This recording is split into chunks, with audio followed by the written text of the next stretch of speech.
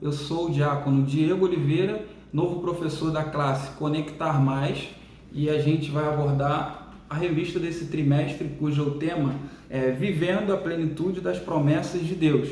E hoje a gente vai falar um pouco sobre a lição de número 3, cujo tema dessa lição é Promessas nas Bem-aventuranças. O versículo do dia se encontra no Evangelho de Mateus, capítulo 5, versículo 3, e ele diz o seguinte: Bem-aventurados os pobres de espírito, porque deles é o reino dos céus.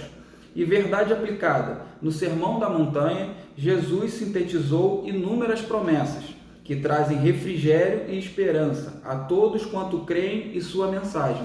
E por fim, a gente vai para o objetivo da lição, onde a gente vai aprender o valor do Sermão da Montanha, compreender que as promessas das bem-aventuranças são também para a igreja de hoje e, por fim, entender que as promessas de Jesus, elas são intocáveis. Na introdução dessa lição 3, a gente encontra Jesus discursando e falando com pessoas, motivando pessoas tristes, angustiadas, amedrontadas, introspectivas e muitas outras a entender que sempre valerá a pena ser fiel. A mensagem, o ponto-chave dessa introdução é que o Sermão da Montanha ele traz o refrigério para todo aquele que está assim, introspectivo, triste, angustiado. O tópico 1 da lição traz o significado da palavra bem-aventurados. É uma palavra que no hebraico significa feliz, afortunado, e também pode ser traduzido como abençoado, do hebraico Eshrei. Tópico 1.1, cujo tema é Em Nosso Benefício, a gente encontra Jesus, segundo os estudiosos, escolhendo o local onde ele foi ministrar essa palavra, um local montanhoso, porque a acústica do ambiente favorecia com que as palavras de Cristo elas chegassem aos ouvidos das pessoas que estavam ali, da multidão que estavam ali. E a gente encontra pessoas, como foi falado anteriormente, tristes, discriminadas e perseguidas naquela época. Trazendo para os dias de hoje, se a gente pudesse colocar um versículo da Bíblia que se encaixasse em tudo isso que foi falado agora, eu traria o versículo de Mateus, capítulo 11, versículo 28, que diz o seguinte: Vinde a mim, todos os que estáis cansados e oprimidos, e eu vos aliviarei. Jesus ele traz alívio para as pessoas que estão se sentindo assim, como nos dias de hoje, que a gente vive esse período difícil da humanidade, a gente vive um período de doença, a gente vive um período que agora a gente está em quarentena. A gente queria muito estar na igreja, a gente queria muito estar junto dos amigos, a gente queria estar estudando, trabalhando, mas nesse momento de dificuldade, a gente tem que se apegar àquilo que Jesus ele dissertou no Sermão da Montanha, e a gente tem que usar isso como motivação para que a gente saia desse período difícil. O tópico 1.2 da nossa revista, ele vem com o seguinte tema: uma visão eterna. O intuito aqui no tópico 1.2 foi que Cristo ele trouxe para aquele povo um alívio momentâneo, porém a preocupação maior que ele tinha era deixar a mensagem de que as pessoas elas deviam focar em sua vida espiritual, naquilo que elas receberiam após a morte. Eu sei que a gente quer, por maneira, viver uma vida melhor, a gente quer um trabalho melhor, a gente quer conquistar coisas, mas a gente tem que ter em mente que mais importante do que tudo isso que a gente tem para conquistar aqui nesse mundo é a gente conquistar a salvação, vida eterna. Essa foi a principal mensagem que Cristo deixou naquela época e que ela serve para os dias de hoje. Então, para a gente fechar aqui o tópico 1, eu vou ler um versículo que se encontra em João, capítulo 6, versículo 27. Trabalhai, não pela comida que perece, mas pela que subsiste, para a vida eterna, a qual o Filho do Homem vos dará, porque Deus, o Pai, confirmou com o seu selo. A paz do Senhor, meus irmãos, eu sou o professor Joshua, da classe Conectar Mais, e nós vamos continuar o nosso estudo da lição 3, no tópico 2, que tem como título As Bem-aventuranças. Bom, para a gente entender esse tópico, primeiro a gente precisa relembrar como é que foi o início do ministério de Jesus. Depois que Jesus foi batizado por João Batista, ele foi levado pelo Espírito ao deserto, onde ele foi tentado pelo diabo. Depois de retornar da tentação, Jesus vai para Nazaré e lá ele descobre que João Batista, que havia o batizado, tinha sido preso. Então Jesus tomou a decisão de ir morar em Cafarnaum, na Galileia. Cafarnaum é como se fosse uma cidade da Galileia. E aí quando chega lá, Jesus inicia então o seu ministério público. Ele passa a pregar uma pregação de arrependimento. Arrependei-vos, porque o reino de Deus é chegado, o reino de Deus é próximo. É nesse momento, então, que os primeiros discípulos passam a seguir Jesus. Jesus começa a ficar famoso porque ele pregava, curava os doentes, expulsava os demônios. E ele passa a ter uma fama que percorria por toda a Galileia e percorria nas cidades vizinhas também, nos países vizinhos também. É nesse momento, então, um desses dias, que Jesus começa a pregar e uma multidão está cercando Jesus. E Jesus, então, decide subir a montanha, né? E quando ele sobe a montanha, ele passa a pregar aquele que a gente conhece, que é o Sermão do Monte ou Sermão da Montanha. Agora, tem dois textos chaves para a gente entender o contexto dessa pregação de Jesus no Sermão da Montanha. E esses textos se encontram em Mateus 4,17 e Mateus 4,23. Eu peço que você acompanhe comigo. Mateus 4,17 diz assim: daí por diante, passou Jesus a pregar e a dizer: arrependei-vos, porque está próximo o reino dos céus. Mateus 4,23 vai dizer o seguinte: percorria Jesus toda a Galileia, ensinando nas sinagogas, pregando o evangelho do reino e curando toda sorte de doenças e enfermidades entre o povo. O Sermão da Montanha, meus irmãos, ele precisa ser visto nesse contexto de arrependimento e retidão. Jesus está ensinando como deve ser a nossa vida quando nós nos colocamos sobre o governo da graça de Deus. Como nós devemos viver quando nós nos arrependemos. O caráter desses discípulos de Jesus, ele precisa ser completamente diferente das demais pessoas. Mas antes da gente entrar no estudo de cada bem-aventurança, a gente precisa entender uma coisa muito importante. As bem-aventuranças não descrevem tipos de pessoas. Não existem as pessoas que são mansas, as pessoas que são humildes, as pessoas que têm fome e sede de justiça. Não. Mas da mesma forma que os frutos do Espírito devem aparecer em suas 9 características em todos os cristãos, as bem-aventuranças devem amadurecer em todas as suas características em todos os cristãos. Então não existe aqueles que são mansos e aqueles que são humildes. Todos os cristãos devem, tendo se arrependido, tendo aceitado a pregação de Cristo Jesus, ser mansos, humildes, ter fome e sede de justiça e demonstrar e ter como fruto todas as outras bem-aventuranças. O tópico 2.1 da nossa lição tem como título os humildes e os que choram. A primeira bem-aventurança é descrita em Mateus 5,3. Eu peço que você acompanhe comigo. Diz assim a palavra de Deus: bem-aventurados os pobres de espírito, porque deles é o reino dos céus. Outra versão vai dizer: bem-aventurados humildes de espírito, porque deles é o reino dos céus. Bom, mas o que Jesus queria dizer quando ele falou sobre humildade ou pobreza de espírito? A primeira coisa que a gente tem que entender é o que Jesus não quis dizer com isso. Quando Jesus estava falando sobre isso, ele não estava falando sobre capacidade financeira ou capacidade física, mas é a capacidade que nós temos de reconhecer que somos pecadores. Assim, meus irmãos, ser humilde ou ser pobre de espírito é reconhecer que nós somos pecadores e por isso merecedores da ira de Deus e dependentes de sua graça. Ser humilde de espírito é reconhecer a nossa pobreza espiritual. E é por isso que nós somos completamente dependentes de Deus. Ser pobre de espírito, meus irmãos, é entender que as nossas obras elas não compram um bilhete de salvação para o céu, que nos leva até o céu, mas que a graça de Deus nos alcança com a sua salvação. É isso que Jesus dizia. Então, logo no início do sermão, Jesus já está quebrando essa cultura das demais pessoas de que você precisa ser rico, ou ser forte, ou poderoso, e se vangloriar do seu poder para que você chegue até o reino dos céus. Não, mas você, para chegar ao reino dos céus, você precisa ser pobre de espírito, você precisa ser humilde como uma criancinha. É reconhecer que você é pecador e que você é dependente de Deus. E a próxima bem-aventurança que Jesus nos ensina está no verso 4. Mateus 5,4. Eu peço que você acompanhe comigo. Diz assim a palavra de Deus: bem-aventurados os que choram, porque eles serão consolados. Quando Jesus disse que felizes são aqueles que choram, bem-aventurados são aqueles que choram, esse choro a qual Jesus está se referindo não é o choro que nós temos quando nós perdemos um parente querido ou quando alguma coisa não acontece como nós queríamos. Não. Esse choro aqui é a tristeza pelo nosso pecado. É o reconhecimento do nosso pecado. Esse é o choro que será consolado. Primeiro nós precisamos reconhecer a nossa dependência de Deus, e essa é a humildade de espírito. E depois nós precisamos nos entristecer por causa do nosso pecado. O arrependimento, meus irmãos, é a tristeza pelo nosso pecado, somado à decisão de não voltar mais a cometê-lo. Uma das provas que houve arrependimento verdadeiro é que nós estamos tristes e chorosos com os nossos pecados. Aqueles que choram e lamentam o próprio pecado serão consolados pelo único consolo que pode aliviar o seu desespero, que é o perdão da graça de Deus.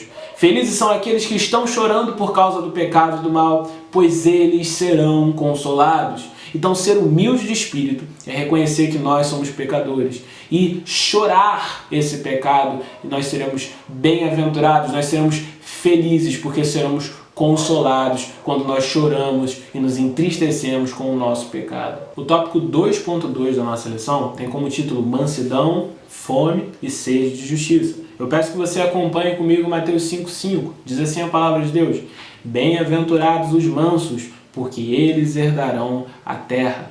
Mas, meus irmãos, o que significa ser manso? Ser manso significa ser capaz de exercer uma coisa chamada autocontrole. O próprio Jesus se descreveu como manso e humilde de coração. Agir com mansidão, meus irmãos, é ter um espírito gentil. Mas só é possível que isso ocorra quando nós temos um conceito correto de nós mesmos. A gente só pode ser manso quando nós sabemos quem nós somos, quando nós sabemos o que nós fizemos, quando nós sabemos como nós ofendemos a Deus. Somente quando nós reconhecemos que somos pecadores e carentes da graça de Deus é que podemos ser humildes para com os outros. A mansidão, ela é verdadeira quando nós temos uma visão de nós mesmos sendo expressa na atitude e conduta para com os outros. A pessoa mansa, ela espera que a maneira como os outros vão lhe tratar, ela sempre corresponda àquilo que nós sabemos que nós cometemos. Então, quando a gente é bem tratado, a gente sabe que a gente não merece esse bom tratamento, tanto que vem de Deus, quanto vem dos nossos irmãos. O homem manso é aquele que, conhecendo o seu pecado, fica alegre de saber que os homens lhe tratam, os homens de Deus lhe tratam muito bem, ou podem pensar muito bem dele, apesar do seu pecado. Os mansos herdarão a terra, meus irmãos, porque o reino de Deus ele não é tomado à força pelos que se dizem fortes e corajosos, mas o reino de Deus é recebido pelos que são mansos de espírito. E logo após falar sobre a mansidão, Jesus, no verso 6, fala sobre a fome e a sede de justiça. Acompanhe comigo Mateus 5,6, diz assim a palavra de Deus: Bem-aventurados que têm fome e sede de justiça, porque eles serão fartos.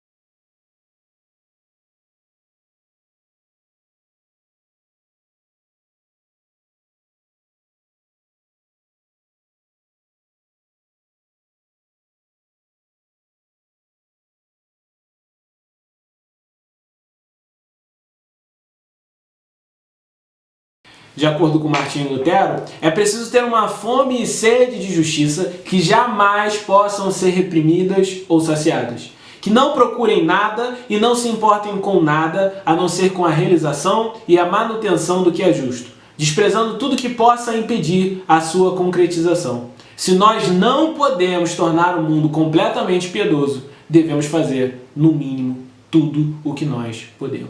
Olá, pessoal da classe Conectar Mais. Eu sou a professora Juliana e eu vou estar abordando sobre o tópico 3 da lição, que vai falar sobre as últimas bem-aventuranças. Essas últimas bem-aventuranças, elas estão compreendidas do versículo 7 até o versículo 11 do capítulo 5 de Mateus, que vem falando sobre o Sermão da Montanha. Então, o tópico 3 vem falando dos misericordiosos.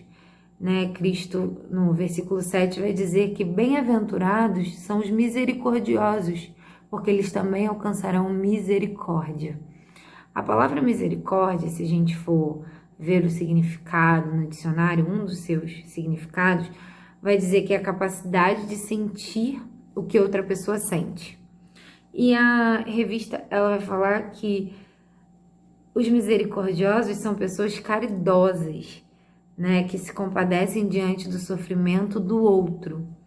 Ultimamente a gente vem ouvindo muito a palavra empatia, né, que também é bem parecido com isso, você se colocar no lugar do outro, né, entender o outro.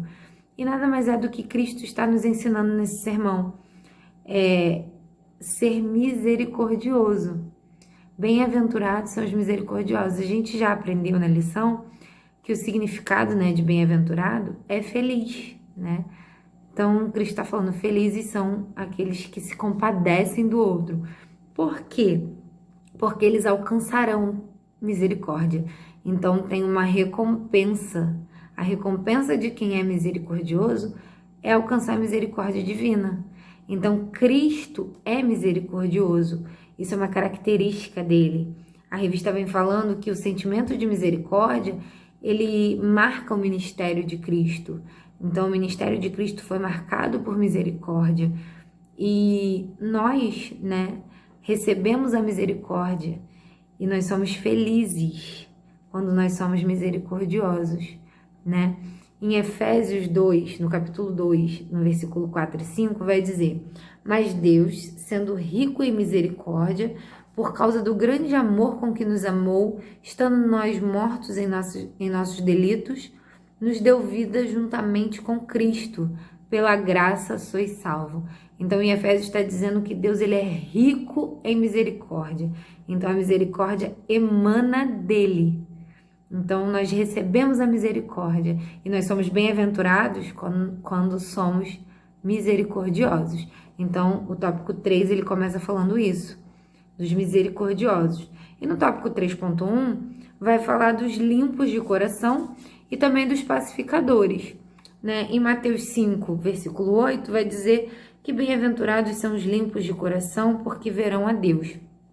Os limpos de coração são aqueles que o coração foi purificado, que não há mancha com maldade, seu coração não tem maldade, não tem mancha, né? Eles também estão citados no sermão.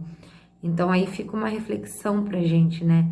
Felizes são aqueles que não têm manchas de maldade no seu coração, em que o seu coração é limpo. No Salmo 24, no versículo 3 e 4, Davi vai escrever o seguinte: quem subirá ao monte do Senhor? Quem há de permanecer no seu santo lugar? O que é limpo de mãos e puros de coração, que não entrega sua alma à falsidade, nem jura dolosamente. Então, Davi, no Salmo 24, também está dizendo: olha, quem subirá ao monte do Senhor? Quem tem o coração puro, né? É que sobe ao monte do Senhor, quem permanece no seu santo lugar. Então, aí uma reflexão pra gente, né, que a revista vem trazendo, como está o nosso coração, né? Como a gente tem guardado o nosso coração, né? Então, ser limpo de coração, a recompensa que nós temos é ver a Deus. Isso é muito interessante. Só ver a Deus quem é limpo de coração. E aí também no tópico 3.1 vem dizendo dos pacificadores. Mateus 5:9 vai dizer: bem-aventurados pacificadores, porque serão chamados filhos de Deus. Pacificadores, um dos significados, gente, é aquele que promove a paz. Outro significado é aquele que gosta de fazer as pazes. Nós temos vivido um momento muito conturbado, né? Estamos em quarentena. E o que eu tenho visto muito nas redes sociais são pessoas promovendo guerras, né? A gente vê que um não concorda com o outro e aquilo ali vira uma guerra política, né? Guerras de inúmeras coisas. Por não concordarem entre si, promovem guerras. E Cristo vem nos ensinando a fazer o contrário, né? Bem-aventurado, você é feliz quando você é pacificador, né? Numa geração aí que nós temos os haters na internet, pessoas que gostam de promover guerra, nós estamos sendo desafiados hoje por essa lição a promover a paz, né? No nosso lar, onde a gente estiver, promover a paz. Existe uma frase que eu escuto já tem um tempo, que é: Entre a paz e a razão, escolha a paz, né? Promover a paz não é fácil, é um desafio, mas nós precisamos cada vez promover essa paz, ser pacificadores, né? E porque nós seremos chamados filhos de Deus. Então, é uma recompensa, uma promessa para a nossa vida. Cristo está nos ensinando. E aí no tópico 3.2 da lição, vai falar dos perseguidos e injuriados. Em Mateus 5,10 vai dizer que bem-aventurados os perseguidos por causa da justiça, porque deles é o reino dos céus. E bem-aventurados sois quando por minha causa vos injuriarem e vos perseguirem, mentindo e disserem todo o mal contra vós. Então tá aí Mateus 5,10, 5,11, falando dos perseguidos e dos injuriados. Essas duas últimas bem-aventuranças, né, os que são perseguidos, os que são injuriados, elas são semelhantes. São quando pessoas estão sendo perseguidas por apresentarem a justiça de Deus aos homens e por amor a Cristo. Então, quando nós somos perseguidos, caluniados, injuriados, por amor a Cristo, nós somos bem-aventurados, nós somos felizes por isso. Em 1 Pedro 3,14, se você depois puder dar uma olhadinha, vai dizer que, mas ainda que venha sofrer por causa da justiça, bem-aventurados sois. Não vos amedronteis, portanto, com as suas ameaças, nem fiqueis alarmados. E aí no versículo 16 vai dizer, fazendo com mansidão, temor, boa consciência, de modo que naquilo em que falam contra vós outros, fiquem envergonhados os que difamam o vosso bom procedimento em Cristo. Então aqui, gente, na lição, ele está dizendo que os perseguidos e os injuriados, eles terão recompensa do Senhor.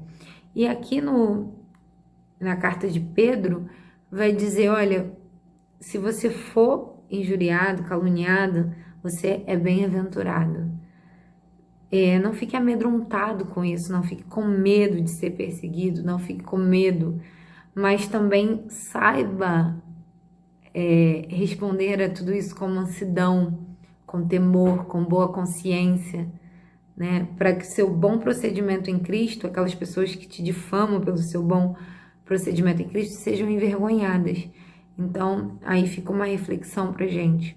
A gente vive dias em que somos perseguidos, injuriados. Se você tem vivido alguma experiência assim, se alegre. A Bíblia fala, regozijai, né? Se alegre no Senhor, né? Porque se for por causa dele, você é bem-aventurado. Amém? E a conclusão dessa lição vem dizendo que, apesar de vivermos dias extremamente difíceis, o Sermão da Montanha é um refrigério para a alma dos que vivem para agradar e servir ao Senhor. Então, o Sermão da Montanha, todas essas palavras que Cristo nos ensinou nesse sermão, serve como um refrigério para a gente. Lembrando que o Sermão da Montanha, ele é um estilo de vida que a gente precisa adotar, né? Ser manso, ser humilde, ser limpo de coração, ser pacificador. Então, todas essas características que Cristo vem nos ensinando é um estilo de vida que a gente precisa estar sempre adotando, né? O nosso jeito de ser tem que ser moldado através desse sermão. E aí fica a conclusão pra gente, que a gente possa olhar, né? Fazer uma reflexão, olhar para a nossa vida e pensar, poxa, como eu estou levando, como eu estou vivendo? Será que eu estou adotando esse estilo de vida? Será que eu tenho sido pacificador? Será que eu tenho sido manso? E como recompensa por isso, nós temos a vida eterna. É um refrigério para nossa alma, é um refrigério para esses dias. Nós temos uma promessa, Ele nos deixou promessas. Então, que essa lição, ela venha te fazer refletir durante essa semana, que você possa refletir sobre isso, que você possa olhar para dentro de você e pensar como está o meu estilo de vida, porque esse sermão é um estilo de vida que nós precisamos ter. Que Deus abençoe sua vida, que Deus abençoe sua casa e até a próxima aula.